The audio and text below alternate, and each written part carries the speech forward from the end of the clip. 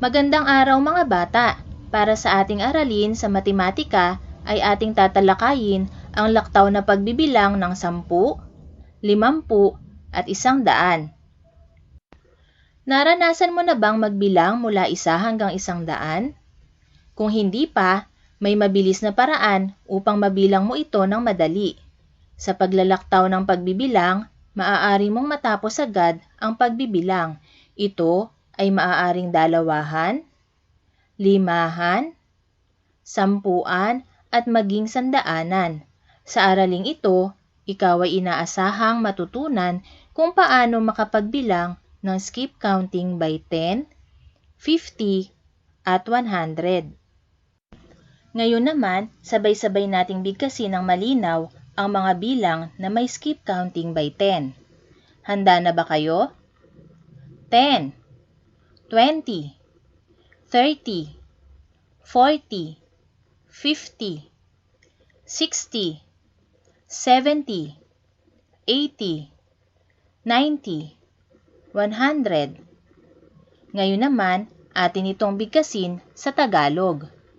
10, 20, 30, 40, 50, 60, 70, 80, 90,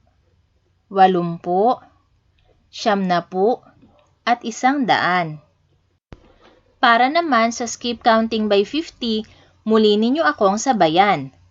50, 100, 150, 200, 250, 300, 350, 400, 450, 500. Sa Tagalog naman, 50, 100, 150, 200, 250, 300, 350, 400, 450,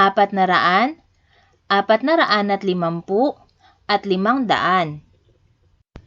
Atin naman ngayong subukan ang skip counting by 100. 100, 200, 300, 400, 500, 600, 700, 800, 900, 1,000.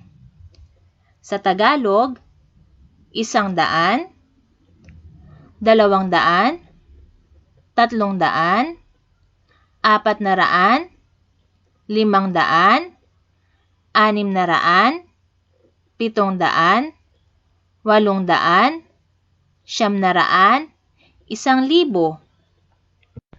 Napakahalaga na marunong tayong magbilang ng pasalita at pasulat. Sa pagbibilang, importante na alam mo kung paano dagdagan ang mga bilang. Maaari tayong magbilang ng tig-10 o by 10, tig-50 o by 50, at tig-100 o by 100. Ang skip counting by 10 ay pagdadagdag ng 10 sa bawat bilang. Ang skip counting by 50 ay pagdadagdag ng 50 o 50 sa bawat bilang. Ang skip counting by 100 naman ay pagdadagdag ng 100 o 100 sa bawat bilang.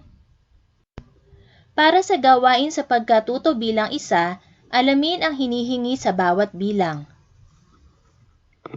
Tingnan mabuti ang larawan at isulat ang iyong sagot sa patlang.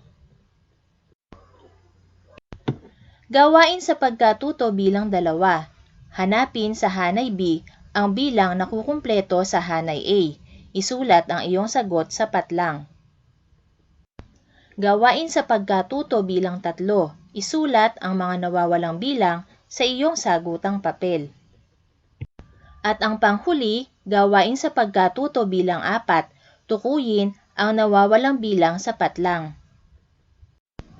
At dito nagtatapos ang ating aralin. Hanggang sa muli,